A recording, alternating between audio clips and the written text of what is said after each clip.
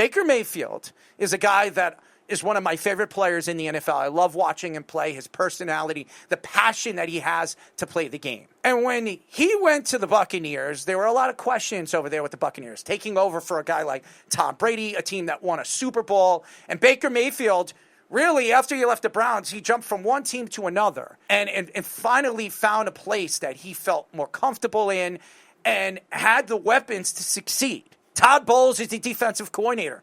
He took over the job over Bruce Arians. And a lot of people question Todd Bowles because Todd Bowles failed with the New York Jets. He was there for, 3.5 years and then was fired. Over the years, Todd Bowles, as a defensive coordinator, has really succeeded under Bruce Arians. Nobody really believed that this guy can succeed as a head coach.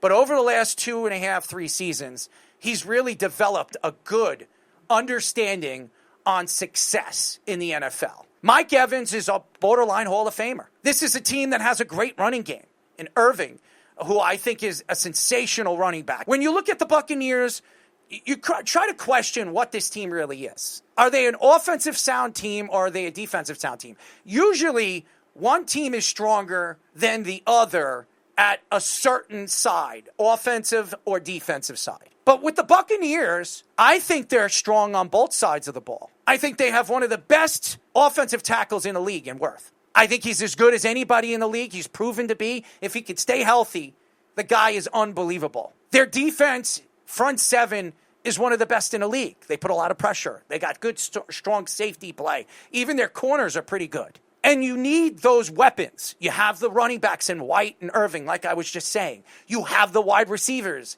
in Evans, who has stuck out. Now, there's another wide receiver that needs to get healthy, but we're watching a nice young player in Emeka Egbuka really start to flourish as a young wide receiver in the NFL. He needed to be number 2 this year because of the injuries that the Buccaneers usually have in the beginning of the season, and he hasn't disappointed. And the crazy thing about the Buccaneers is, I don't know if they have to chase because they're in such a poor division. It might be the worst division in football. When I look at the NFC, we talk about the powerhouses. We talk about the Eagles. We talk about the Rams. That's what we talk about. We talk about the Commanders. We talk about the North, where you could go with the Lions, the Green Bay Packers, the Vikings. You look at the Buccaneers, and do the Buccaneers really stick out like a sore thumb like the teams I just mentioned? The answer would be no, because if you look at the quarterback play, a lot of people will look at Baker Mayfield as a mediocre quarterback. But over the last 2 seasons, especially in the second half of games, Baker Mayfield is one of the best second half quarterbacks in all of the NFL. If you look at the numbers don't lie. A lot more than just a football player. He's a guy that was always undersized. He was a guy that was always looked at as a troublemaker playing for Oklahoma. He was a guy that a lot of people question, was he a first-round draft pick? And the fact that the Browns took a chance that year where you had a bunch of quarterbacks. You had Josh Allen, Lamar Jackson, Sam Darnold. You would have thought that Baker Mayfield probably falls in the second round. But when you look at that quarterback class, and you look at Josh Allen and Lamar Jackson, who are obviously the two of the top 3 quarterbacks in the league, Baker Mayfield now has become a top 10 quarterback. You could argue Baker Mayfield could be a top 7 quarterback. Now you look at that draft class where you thought Sam Darnold or Rosen were going to be those type of quarterbacks. Sam Darnold, he's a borderline decent quarterback. He had a great season last year with the Minnesota Vikings. Now he's playing for Seattle, and he's chasing. Rosen's not even in the NFL anymore. You look at Lamar Jackson. Lamar Jackson is a two-time MVP, and could be 3-time after this year. Josh Allen wins his first MVP last year. Baker Mayfield has never been looked at as an MVP type of player. But what makes him an MVP type of player to me is the way his team perceives him to be when he steps on that field. This guy is a leader. He's a born leader. You can see that every single teammate follows this guy. Win or lose, nobody speaks bad about this guy. Nobody speaks bad about Baker Mayfield.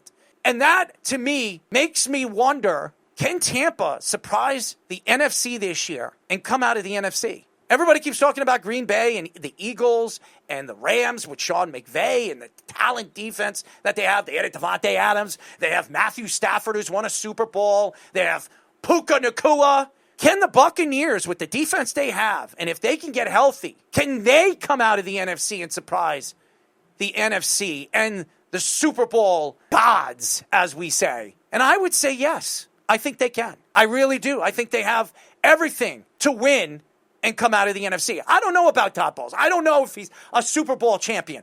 But I've said that about Kyle Shanahan. And Kyle Shanahan's taken his team to a Super Bowl 2 times. And was an offensive coordinator for the Atlanta Falcons after choking against the New England Patriots. I think Todd Bowles is very capable of taking his team to a Super Bowl. And remember, he was the defensive coordinator of the Super Bowl champion Buccaneers. So yes, I think they could. And then there's the Chargers. I believe Jim Harbaugh is one of the best coaches and has been one of the best coaches in professional football and college football for the last 10 years. You saw what he did with Stanford. You saw what he did with San Francisco taking over for Singletary. You saw what he did for Michigan finally winning a national championship. Did he cheat? Everybody cheats. The Chargers last year under the helm of Jim Harbaugh. Remember, he took over a team and a bunch of players that were not his guys. They were not his guys. He inherited Slater, who, by the way, is not healthy. He inherited Justin Herbert, who, by the way, last year wasn't healthy. This team, with the weapons they have, adding back Allen, you see the difference in what Allen gives to Justin Herbert. It gives him a blanket, a guy that he trusts in the open field. Need be, he needs to make a play. He's getting the ball to Keenan Allen. And they have one of the best tackles we have seen in a very long time in Alt. Taking over for Slater is out for the season. You just paid Slater in the offseason. You shift this guy, Joe Alt, to the left tackle from the right tackle position. We know he was a left tackle in college. And statistics would tell you he's the best tackle right now in the NFL. And it's not even an argument. The Chargers showed you in week 1 they can beat a Super Bowl contending team, as everybody believes the Kansas City Chiefs are contending this year. Beat Patrick Mahomes, outplayed Patrick Mahomes in Brazil on national television on a Friday night game, and made that 19-yard run that won the game for the Chargers. With the weapons that this team has, even without Slater this year, can they win the AFC? 100% can. As long as Justin Herbert is standing on his 2 feet and he has the running game. Now, there's a lot of questions with this running game. They have a young kid. They got a bunch of veterans here. They got to stay healthy. If they stay healthy with Jim Harbaugh as their head coach, I mean, he's got these thick glasses. I mean, he looks a little old, and he still wears those ugly khakis. He looks a little out there sometimes. I'm surprised he doesn't wear suspenders. He would look pretty good with suspenders, Jim Harbaugh. But nevertheless, they're 2-0. And you can argue they're the best team in the AFC West. You look at the Broncos right now, they have not played well. Bo Nix has his sophomore year. If this is his sophomore year, this might not be a big year for Bo Nix. Kansas City, they're old. They look old. They do. They don't have a lot of weapons. You're going to bet on Xavier Worthy? Are you going to bet on Hollywood Brown? You got to wait for Rice. Do they make a trade to bring in Tyreek Hill if he becomes available? The Chargers right now, you can argue, is the 3rd best team in the AFC. You can argue this. If you think about it right now, Buffalo is better than them. Baltimore is better than them. After that, I love the Chargers defense. Now, they did lose a very important piece to their defense. I don't know if he's out for the season, but he's at least on IR, so he's out at least 4 games. Khalil Mack is a beast. You see how big he is. I mean, his arms are about the size of mine and Jabba's put together. The guy is unbelievably, built like a friggin' Hercules. The guy's a beast. Losing a guy like him, it does affect your defense.